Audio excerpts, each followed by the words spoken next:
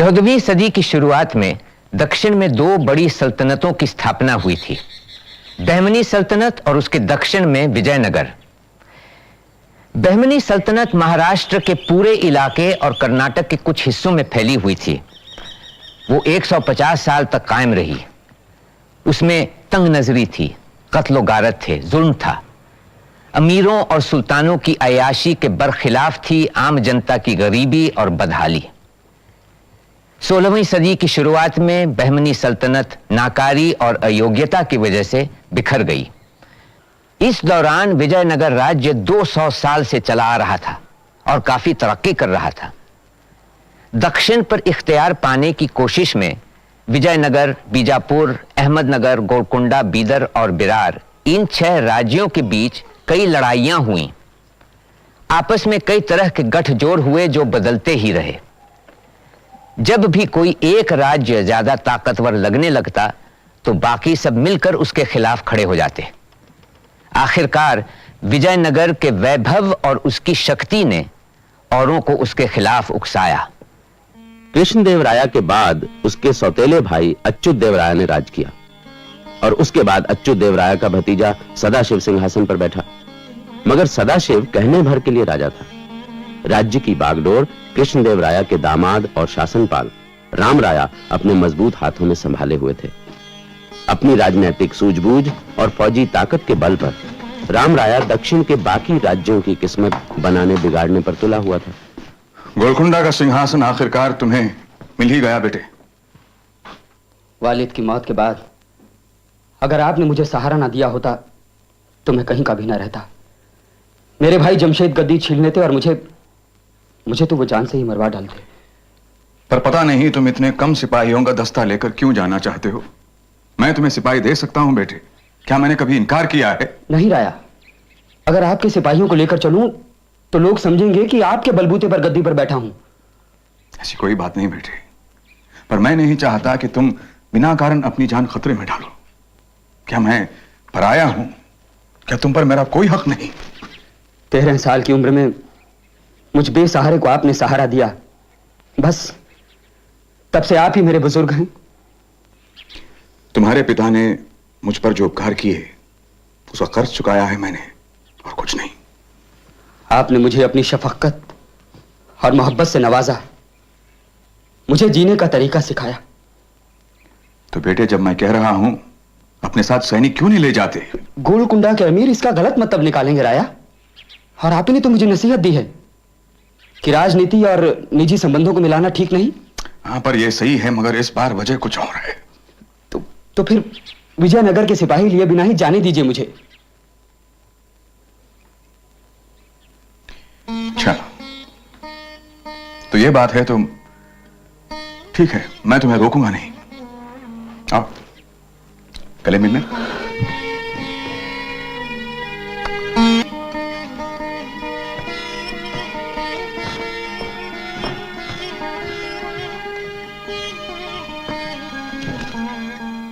नमस्कारम।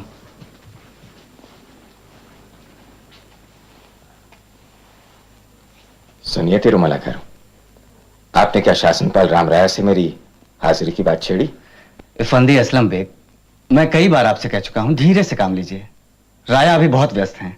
तिरुमलाकर, अब आप ही बताइए, ये कोई तरीका हुआ? मैं महीने भर से राया से मुलाकात के इंतजार में सूख रहा हूं। ऊपर से मेरे आका सुल्तान अली आदिल शाह मुझे रोज गुस्से भरे पैगाम भिजवा रहे हैं। क्या जवाब दूं मैं उन्हें? कोई परवाह नहीं, विश्वास कीजिए, राया का फैसला आपके हक में होगा। विजयनगर और आदिल शाही सुल्तानों की दोस्ती बरकरार रहेगी। तो फिर फैसले में इतनी देर क्यों? हमें किसी नए मुद्दे पर बात भी नहीं करनी है। बस मरहूम सुल्तान इब्राहिम आदिल शाह के वक्त में तैयार किए गए समझौते को ही फिर से जारी करना है। आप शासनपाल के भाई भी हैं और मंत्री भी। आप जैसी सुनवाई इस दरबार में किसी की नहीं। कुछ करिए ना। मेरी इतनी पहुंच कहां, देखो कुछ करता हूं। अरे कुछ नहीं तो मुलाकात में हो रही देर की वजह तो दरियाफ्त कर सकते हैं। कोई वाजिब वजह होगी, आप परेशान क्यों होते हैं?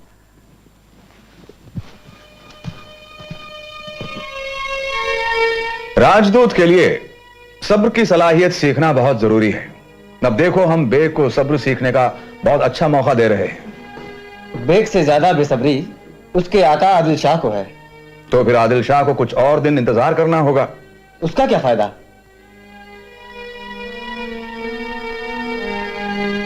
उसका घमंड कुछ और कम होगा। हमारे साथ समझौते की अहमियत का एहसास बढ़ेगा। उसे हमारी जरूरत है, हमें उसकी नहीं। कौन जाने वो कितने दिन गद्दी पर बैठा रहे। उसका भाई अब्दुल्ला उसके लिए खतरा बना हुआ है। अगर अब्दुल्ला का पलड़ा भारी हो गया तो? अब्दुल्ला ने तो गोवा में पुर्तगालियों की शरण ले रखी है।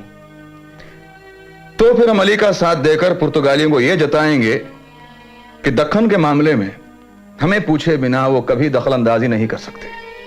अली आदिल शाह को इस समय अपने भाई से इतना खतरा नहीं जितना अहमदनगर के हुसैन निजाम शाह से। तभी तो वो हमसे संधि करने को इतना बेचैन है। हमारी सहायता ना मिले तो वो बर्बाद हो जाएगा। जब उसे इस सच्चाई का पूरी तरह एहसास हो जाए तब हम उसके साथ समझौता करेंगे।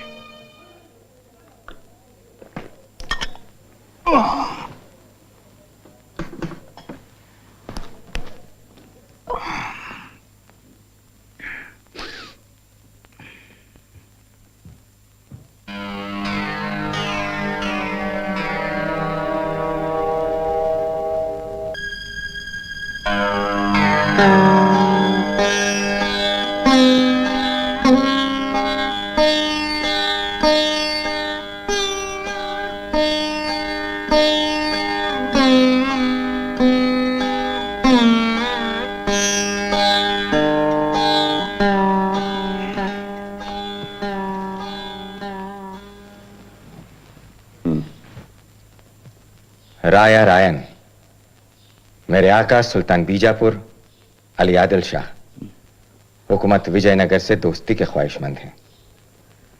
सुल्तान की दिली तमन्ना है कि उनके वालिद मरहूम सुल्तान इब्राहिम आदिल शाह पर राया की जो नजर करम थी उसके साये में उनको भी राहत मिलती रहे।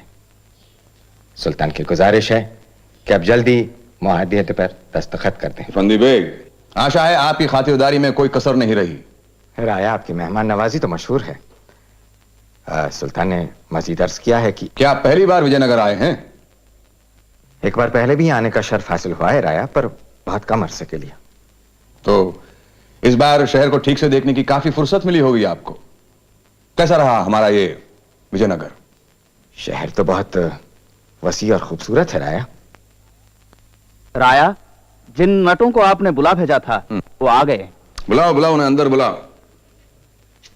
फंदी बेग, आप इन नटों का खेल जरूर देखें। बड़े अनोखे करतब दिखाते हैं। राया, नटों के करतब देखना इतना जरूरी नहीं जितना कि समझौते पर फैसला करना। अब समझौते में और देरी।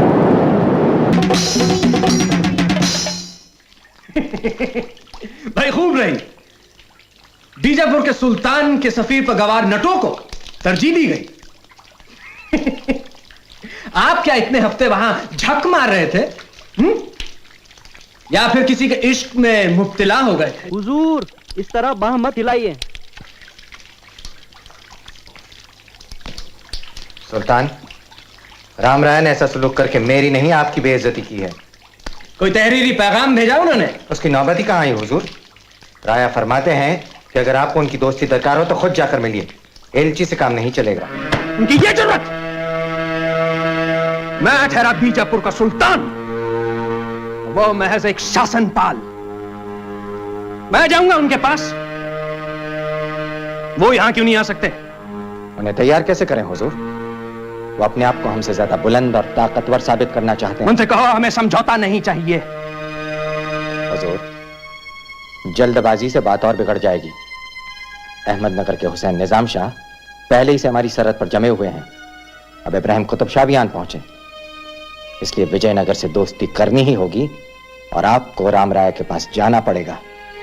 उनके सामने मैं अपने हाथ जोड़कर अपने आप को जलील नहीं करूंगा।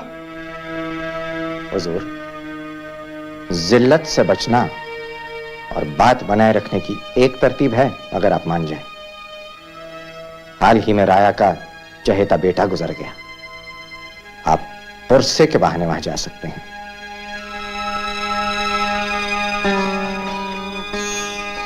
सुनकर बेहद अफसोस हुआ।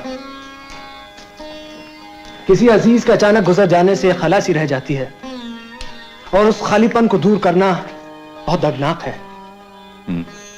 जब मेरे वालिद का इंतकाल हुआ तो मुझे लगा कि अब जीना ही बेमतलब है। अच्छा हुआ कि आप हमारे गम में हमारा साथ देने आए। ऐसी सच्ची हमदर्दी से ही इंसान को दुख सहने की शक्ति मिलती है। आप खुद हमारे दुख में हमारा साथ देने आए, ये आपका बड़कपन है सुल्तान। अम्मा, हमसे तकल्लुफ ना करें, हम कोई पराए नहीं। आप यहीं ठहरे सुल्तान, मैं अभी आई। जो आपकी मर्जी अम्मा।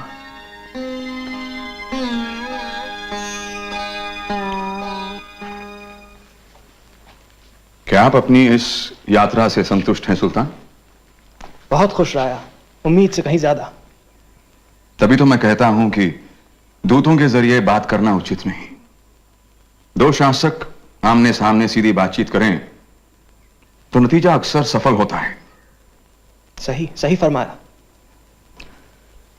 अगर निजाम शाह आपके खिलाफ लड़ने पर आमादा हो तो मैं आपकी मदद करूंगा। यह मेरा वायदा है। मेरी सेनाएं तैयार हैं, जब चाहें निकल पड़ेंगी। आपके एहसान इतने हैं कि मैं कुछ कहने के काबिल नहीं रहा।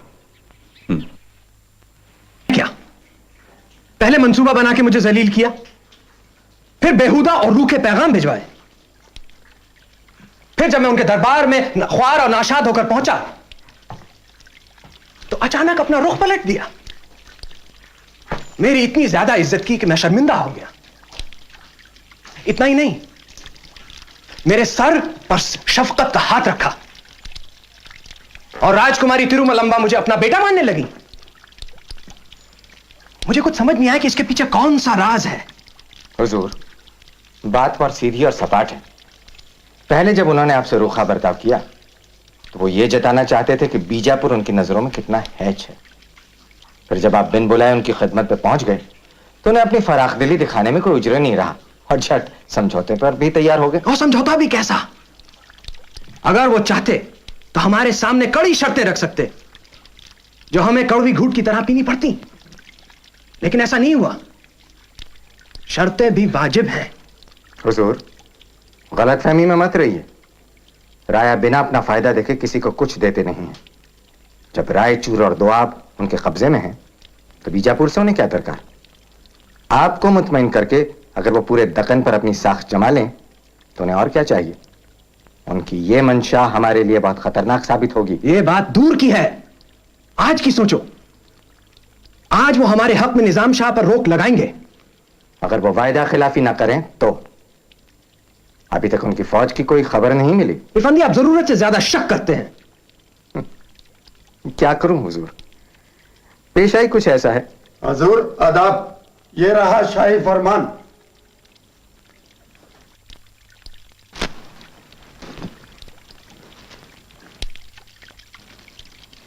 विजयनगर की फौज निजाम शाही सरहद पार कर चुकी है।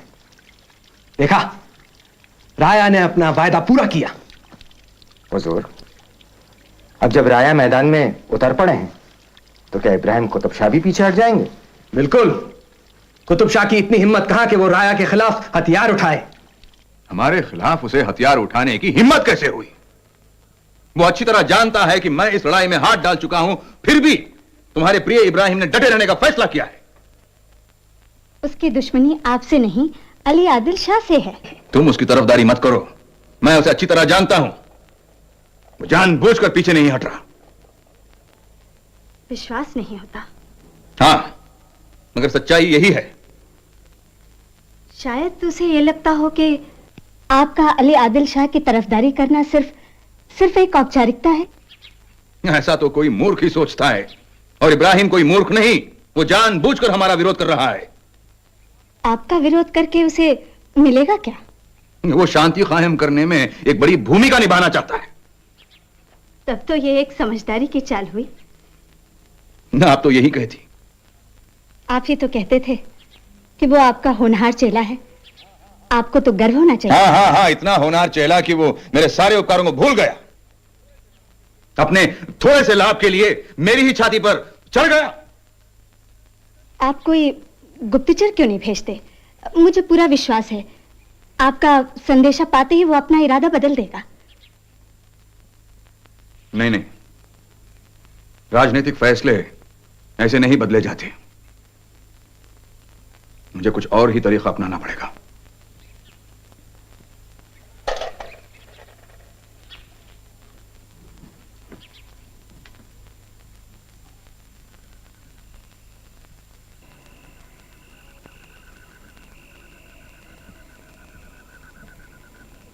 कौन है? अंदर किसने आने दिया?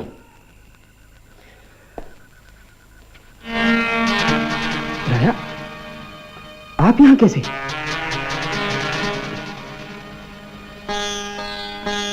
कैसे हो बेटे? बहुत साल बाद मैं तुम्हें देख रहा हूं। सेहत तुम्हारी पहले से काफी अच्छी है। सुना इस बीच तुम काफी तरक्की कर चुके हो। एक सुल्तान के लिए ऐसा ही होना चाहिए।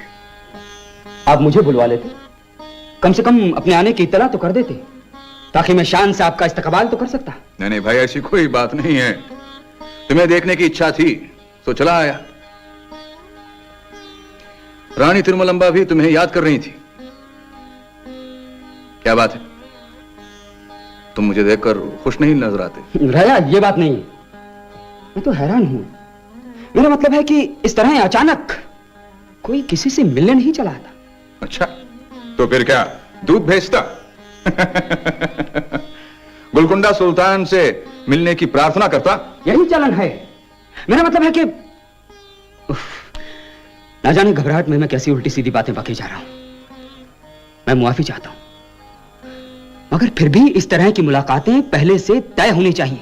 सही है। यदि विजयनगर का राज्यपाल गोलकुंडा सुल्तान से भेंट करना चाहता तो स्थान और समय पहले से ही तय होता। लेकिन जब रामराया अपने पुराने दोस्त से मिलने आए तो यह निजी मुलाकात हुई। वहां शिष्टाचार का क्या काम? देखो भाई, तुम हमसे मिलने नहीं आए तो हम ही आ गए। यकीन मानिए राया, मैंने कितनी बार आपसे मिलने का फैसला किया, लेकिन चाहते हुए भी मैं विजयनगर नहीं आ पाया।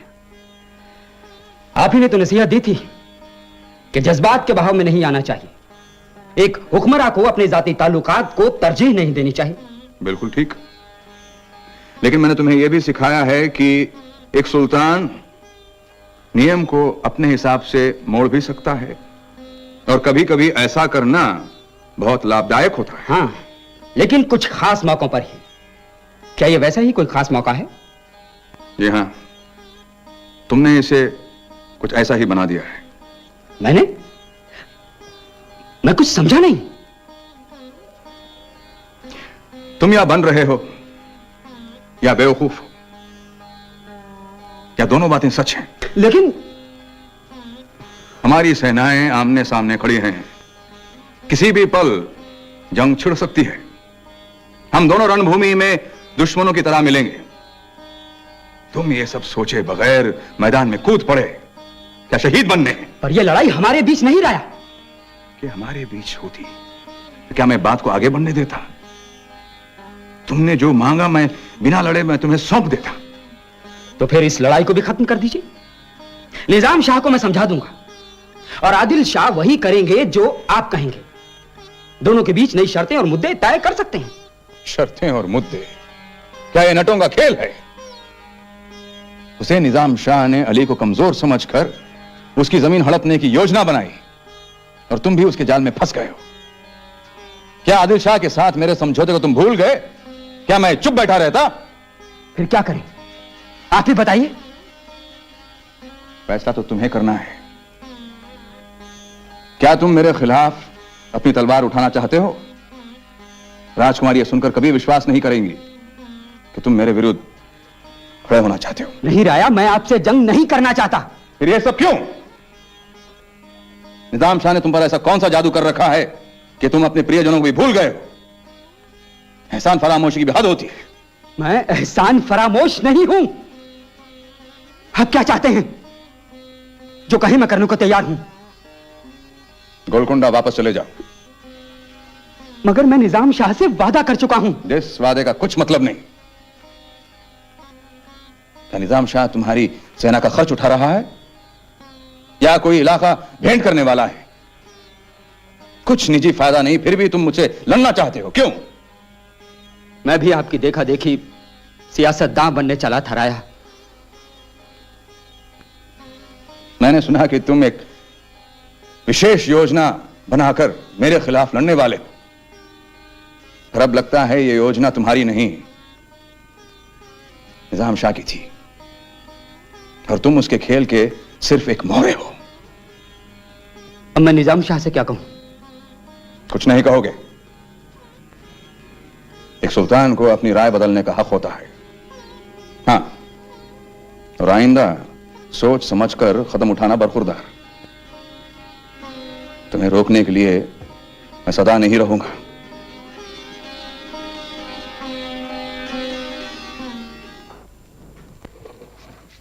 निजाम शाह को अब इब्राहिम पर कभी भरोसा नहीं होगा। अहमदनगर की चढ़ाई पर इब्राहिम हमारे साथ होगा तो निजाम शाह को हमारे आगे शांति की भीख मांगनी पड़ेगी।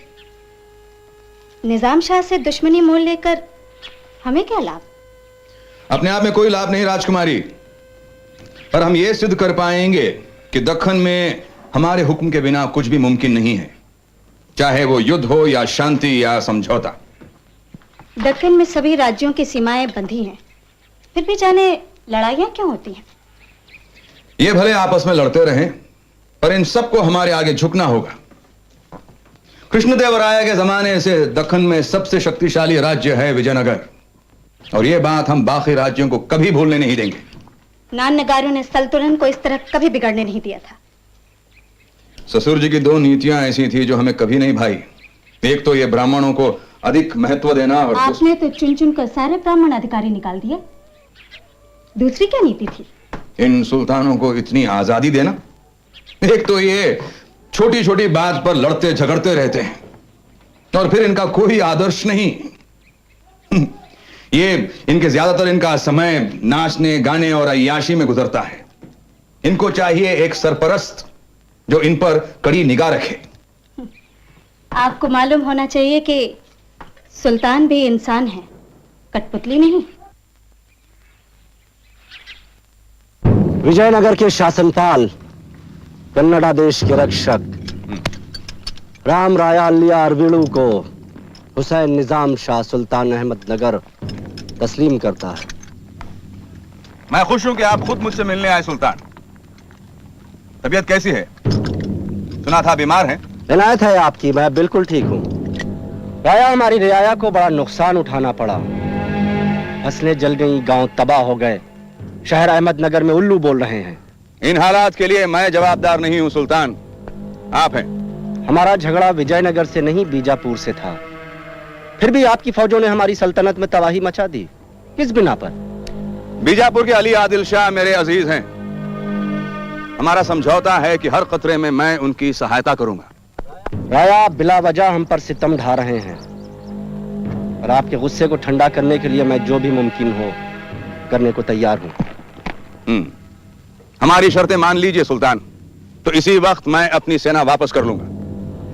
ठीक है, आप जो कहें मैं करूंगा। बहुत सरल और सीधी शर्तें हैं सुल्तान। पहली शर्त यह कि कल्याणी किले को आप आदिल शाह को सौंपेंगे, और दूसरी शर्त जहांगीर खान का कत्ल आप करवाएंगे। लेकिन उसने हमारे यहाँ पनाह ली है, उसे मरवाना क्या ठीक होगा? जहांगीर खान ने पिछले कई सालों से मेरी सेना को परेशान कर रखा है। मैं उसकी मौत चाहता हूं। ठीक है, अगर आप यही चाहते हैं तो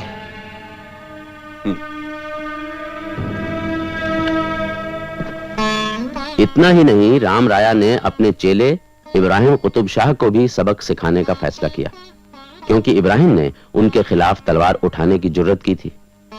इब्राहिम कुतुब शाह को जुर्माने में 3 किले देने पड़े। राम राया को अपनी ताकत पर इतना विश्वास था कि उसने अली आदिल शाह से भी अपनी दोस्ती की कीमत वसूलने की कोशिश की। राया, बागलकोट, यादगीर और मुडगल के किले हमेशा से बीजापुर के रहे हैं। उन्हें आप कैसे ले सकते हैं? बकवास। ये किले कुछ समझौतों के तहत हमें सौंप दिए गए थे। वो समझौते हमारे मर्जी के खिलाफ हम पर लादे गए थे। सुल्तान का पैगाम फिर से दोहराता हूं, बागलकोट, तुम इसी वक्त यहां से दफा हो जाओ। मैं अली के साथ खुद बात करूंगा। निकालो इसे यहां से।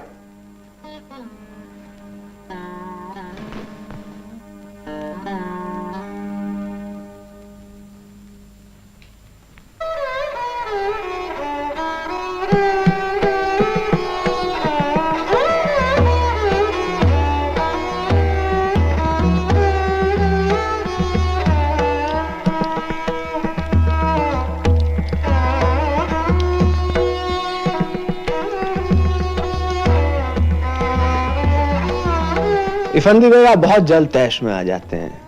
जरा आराम से बैठ के मौसीकी का मजा लें। राग दरबारी से शासन का तनाव दूर हो जाता है। हुजूर, मैं भर पाया हूं। राम राय हद से बाहर जा चुका है। दूसरी मर्तबा ऐसी बेजा हरकत उसने मुझसे की है। ठीक है, अब आप तफसील से सुनाइए कि आप इतने खफा क्यों हैं। मैं कुछ अर्ज कर रहा था कि भरे दरबार से उसने मुझे निकाल दिया। सारे वजीर उमरा मुझ पर हंसने लगे। जैसे तैसे करके मैं वहां से निकला तो घोड़े पर सवार होने से मुझे रोका गया। शहर दरवाजे तक पैदल चलना पड़ा हुजूर। पीछे पीछे सिपाही घोड़ा लिए चला आ रहा था। कहा कि राया का हुक्म है। मैं पूछता हूं कि शाही एलचियों के साथ क्या ऐसा बर्ताव किया जाता है? सुना है कि ऐसी बेहुदा हरकतें बीदर, गोलकुंडा और अहमदनगर के सफीदों के साथ भी की गई है। आप सब राम राय के नायक हैं क्या? गुरूर ने उन्हें अंधा कर दिया, अब उनका जवाल दूर नहीं। अगर वो अपनी गलती का खुद एहसास करके संभल ना पाए तो मुंह की खाएंगे। उन्हें तभी होश आएगा हुजूर जब हम उन्हें अच्छा सबक सिखाएं।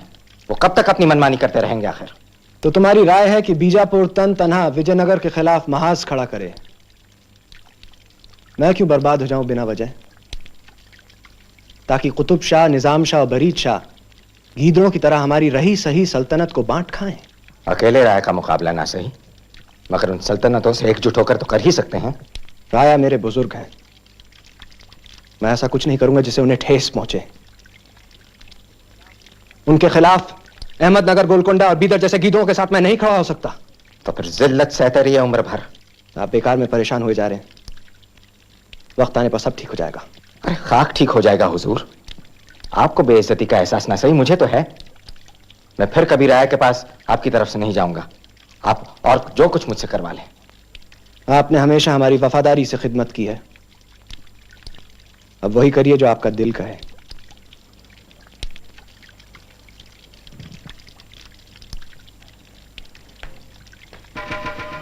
निगाह रूबरू होशियार हुजूर, यहाँ 2 सीढ़ियां हैं।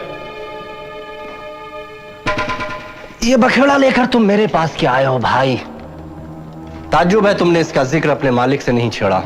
हुजूर, उन्हें कहते कहते मेरी जुबान सूख गई, लेकिन वो अपने खास ताल्लुकात की वजह से राय के खिलाफ कोई कदम उठाना नहीं चाहते। ये कमबख्त हम सब निगाह रूबरू हुजूर, 2 सीढ़ियां और हैं। ये कमबख्त हम सबको ले डूबेगा। इनके खास ताल्लुकात के एवज हमें भारी रकम चुकानी पड़ी है। लेकिन हुजूर, सुल्तान अली आदिल शाह अपने कौल के पक्के हैं। हाँ, अपने हमदीन बरादरान के साथ तो उनका सलूक अबतर है, पर उस काफिर से बड़ी वफादारी जताते हैं। पर उससे वफादारी क्या जो तुम्हें जलील करने पर तुला हो। लेकिन हुजूर, बिना बीजापुर के राय के खिलाफ कोई महाज नहीं बन सकता। सही है, पहले गोलकुंडा और बीदर को अपनी तरफ करते हैं। मैं तुम्हें उनके नाम खत देता हूं जी। अगर वो तैयार हो जाएं तो हमारा मुश्तरका पैगाम लेकर अपने आका के पास जाओ। हुजूर, हम भी देखते हैं कि कब तक अलग रहेंगे। आइए हुजूर। अब वक्त आ गया है कि हम अपने छोटे मोटे झगड़े और आपसी हसद को दूर करें और दिल साफ करके एकजुट हो जाएं। गोलकुंडा और बिदर राम राय के खिलाफ हमारे साथ हैं। आपसे गुजारिश है इस कार्य नेक में हमारा साथ दें। हम आपके इलाकों से गुजरकर अपनी मुश्तकी फौजें विजयनगर की तरफ बढ़ाना चाहते हैं। आप हमें इसकी इजाजत नहीं देंगे तो आप तबाह हो जाएंगे और आदिल शाही सल्तनत का नामो निशान मिट जाएगा। आपको देश बदर कर दिया जाएगा, जिसके बाद आपका विकार मिट्टी में मिल जाएगा। आप ज़हीन और दूरंदेश हैं, इसलिए अच्छी तरह समझ सकते हैं कि हमारा साथ देंगे तो हमारी चारों सल्तनतें नामवरी कमाएंगी और आपका राज भी सालिम रहेगा। मुझे इनकी जमानत चाहिए बेग। हुसैन शाह से कहो कि सिर्फ बातों से कुछ नहीं होगा। अली आदिल शाह को जमानत भी मिल गई। अहमदनगर के हुसैन निजाम शाह ने उसके साथ अपनी बेटी की शादी की। बाकी सुल्तानों ने भी आपस में शादियां रचाकर अपना गठबंधन और मजबूत किया। शोलापुर में उन्होंने मिलकर जश्न किया। अब जब हम सब आपस के रिश्तों में बंध ही गए हैं तो अब तो अमन ही अमन का बोलबाला होगा।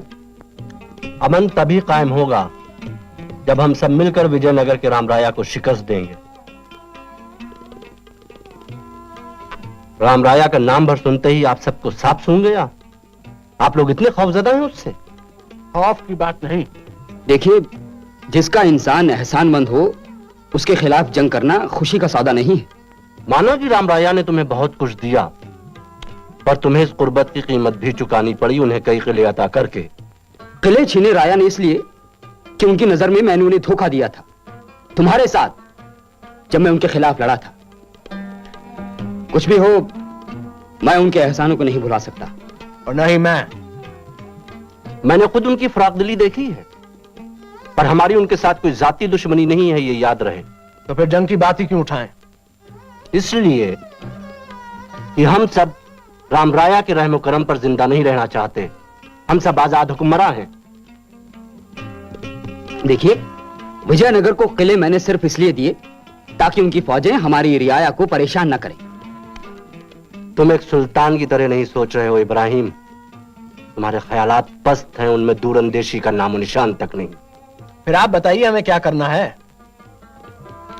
दक्कन की रियासतों के कुछ अपने उसूल रहे, मगर रामराया ने अपने फायदे के लिए हर उसूल को तोड़ दिया। हमारे अंदरूनी मामलात में दखल अंदाजी करते, हमारे आपसी ताल्लुकात बढ़ने नहीं देते। यहां तक कि हमारी सरहदें कहां होंगी इसका फैसला भी वही करते हैं। तो ठीक है, इन सब मसलों के बारे में हम उनसे शिकायत कर सकते हैं। शिकायत से कुछ हासिल नहीं होगा। वो हमारी आजादी की जड़ें काट देना चाहते हैं ताकि हम भी उनके नायकों में शामिल हो जाएं। और हुक्मरान चाहता है कि उसका इख्तिदार बढ़े, उसकी फौजी ताकत इस काबिल हो कि वो सारी दुनिया को फतेह कर ले। रामराया अपनी फौजी ताकत के बूते पर ही तो हम सबसे मनमानी करता है। वो दक्कन का तवाजुन बिगाड़ चुका है, जो गलती अनजानी कृष्णदेवराया ने कभी नहीं की। अगर हम विजयनगर को अभी नहीं रोक पाए तो आगे चलकर फिर कभी भी नहीं रोक पाएंगे।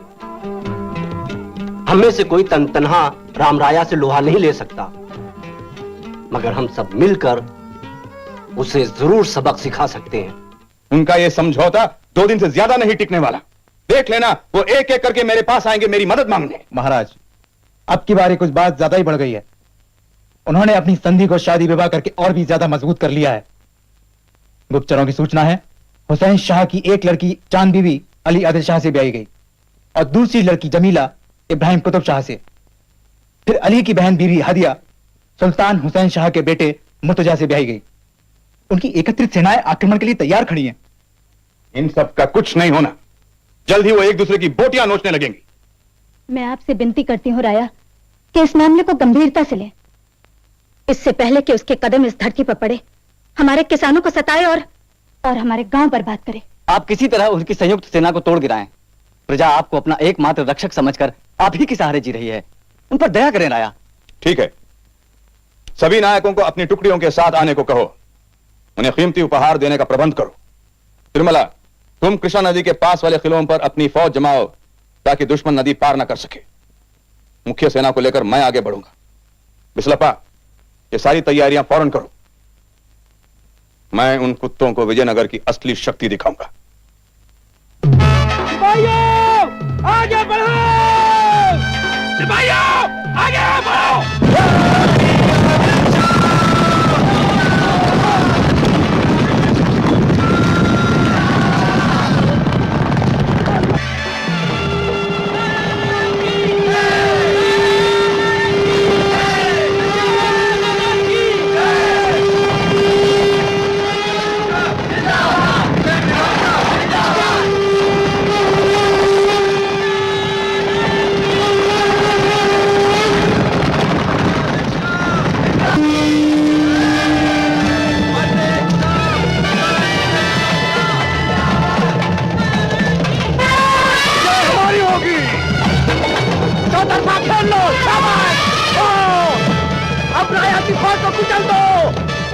गोले चलाओ।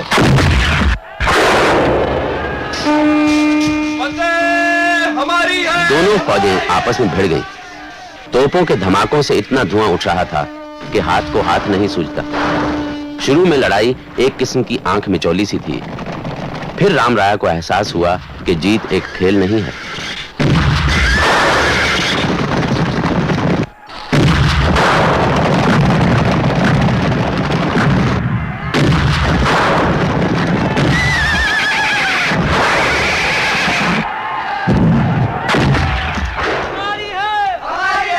हुसैन शाह को अपनी तरफ से यह एहसास हुआ कि राया की फौज से उसके सिपाही जीत नहीं सकेंगे।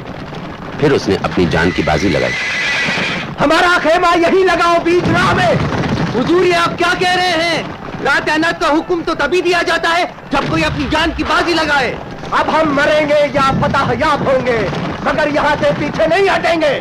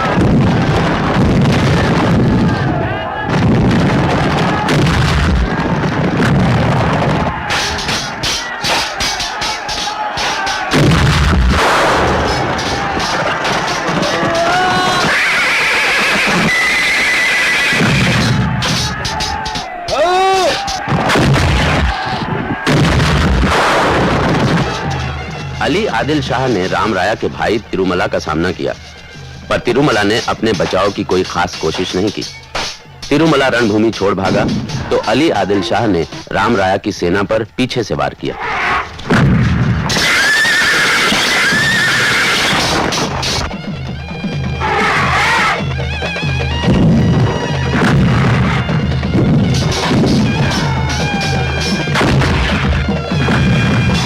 राम राया चारों ओर से घिर गया। पीछे की तरफ था अली आदिल शाह और सामने थे हुसैन निजाम शाह और इब्राहिम कुतुब शाह। हुसैन शाह के आला तोपची रूबी खान ने राम राया के अंगरक्षकों के घेरे को आखिर तोड़ ही दिया।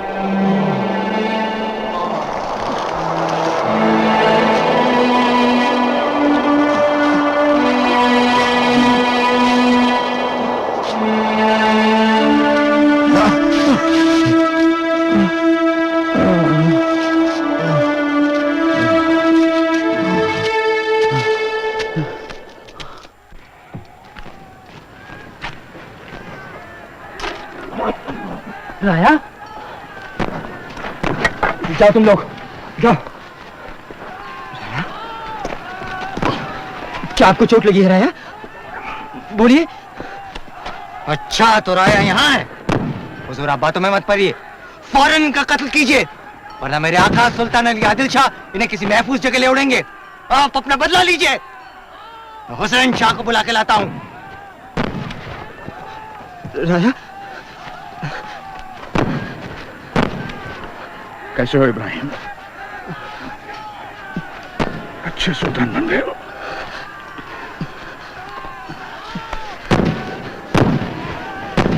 मेरी एक गुजारिश है, पूरी करोगे? अपनी तलवार उठाओ इब्राहिम। अपनी तलवार उठाओ इब्राहिम। नहीं राया, अपनी तलवार उठाओ इब्राहिम। नहीं, नहीं। अगर मैं किसी के हाथ मरूं, मैं अपने बेटे के हाथ मरना चाहता हूं इब्राहिम। मैं अपने बेटे के हाथ मरना चाहता हूं इब्राहिम। मेरी आखिरी विनती है इब्राहिम, लोगों के आने से पहले इब्राहिम।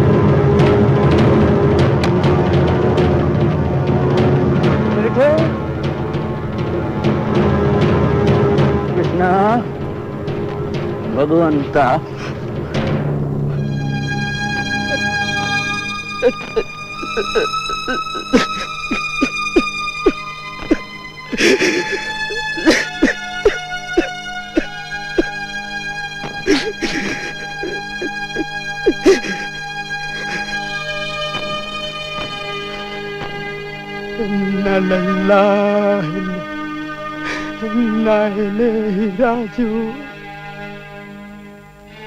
राम राया के सिर को नेजे पर लटकाकर उसकी सेना में फिराया गया। अपने मालिक को मृत देखकर उसकी फौज में भगदड़ मच गई। तिरुमला, जो जान बचाकर पहले ही रणभूमि से भाग आया था, विजयनगर पहुंचा और जितना धन हाथ लगा उसे समेटकर विजयनगर को भगवान भरोसे छोड़कर अनेगोंडी के किले में जा छिपा। 6 साल के बाद उसने विजयनगर साम्राज्य के अंतिम राज्य कुल की स्थापना की, जो 100 साल तक पेनुकोंडा से राज्य करते रहे। सन 1565 की तालीकोटा की लड़ाई में विजयनगर को पूरी तरह कुचल दिया गया। 250 साल पुराने विजयनगर साम्राज्य का खात्मा हुआ और वो महान और सुंदर नगर नेस्तनाबूद हो गया। विजयनगर के पतन के बाद जीतने वाली रियासतों में दोबारा फूट पड़ गई। दक्षिण पर अब दोहरा खतरा मंडराने लगा। एक खतरा था दिल्ली के मुगलों से और दूसरा समंदर के रास्ते आए पुर्तगालियों से, जिन्होंने सन 1510 में गोवा पर कब्जा कर लिया था। इतिहास में शायद पहली बार हिंदुस्तान में यूरोपी हमलावर आने लगे।